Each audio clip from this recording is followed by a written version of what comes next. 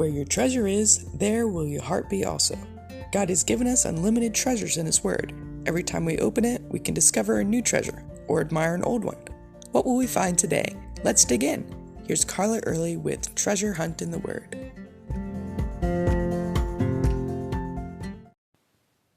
I never wanted to be a helicopter mom.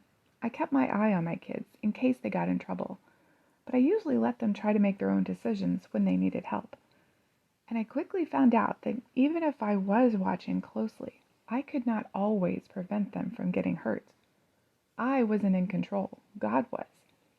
And I can always trust Him.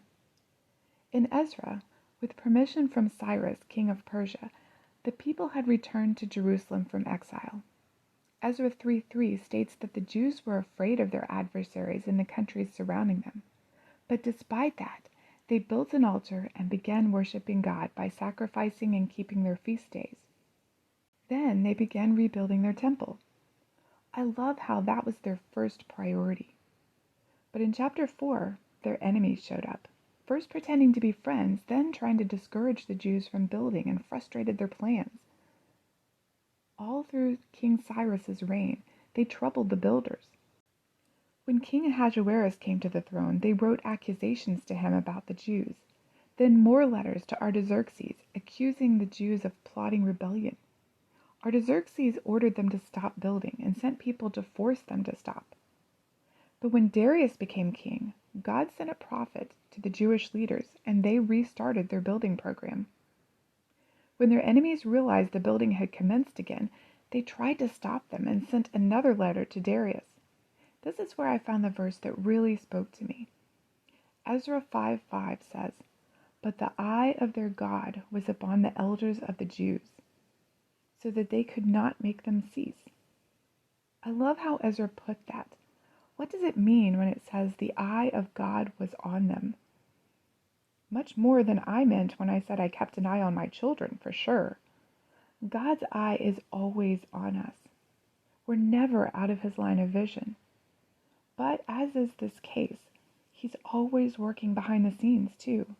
His eye and His hand was on the Jews in Jerusalem, but He was also working in Persia.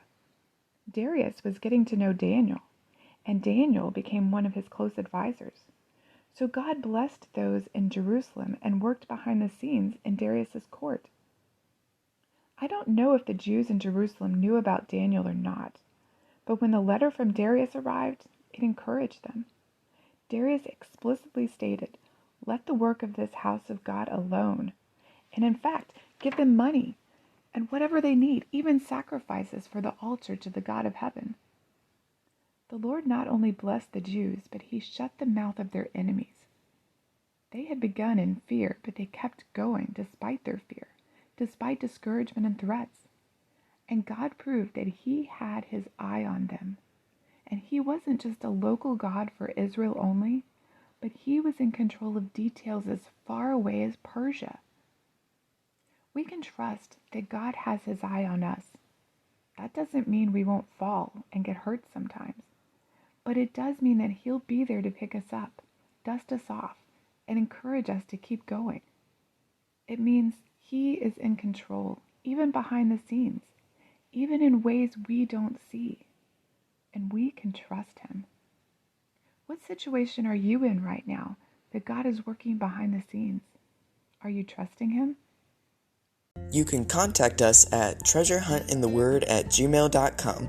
We'd love to hear the treasures God has given you through His Word. You can listen to other episodes at our website, which you can find in the description below.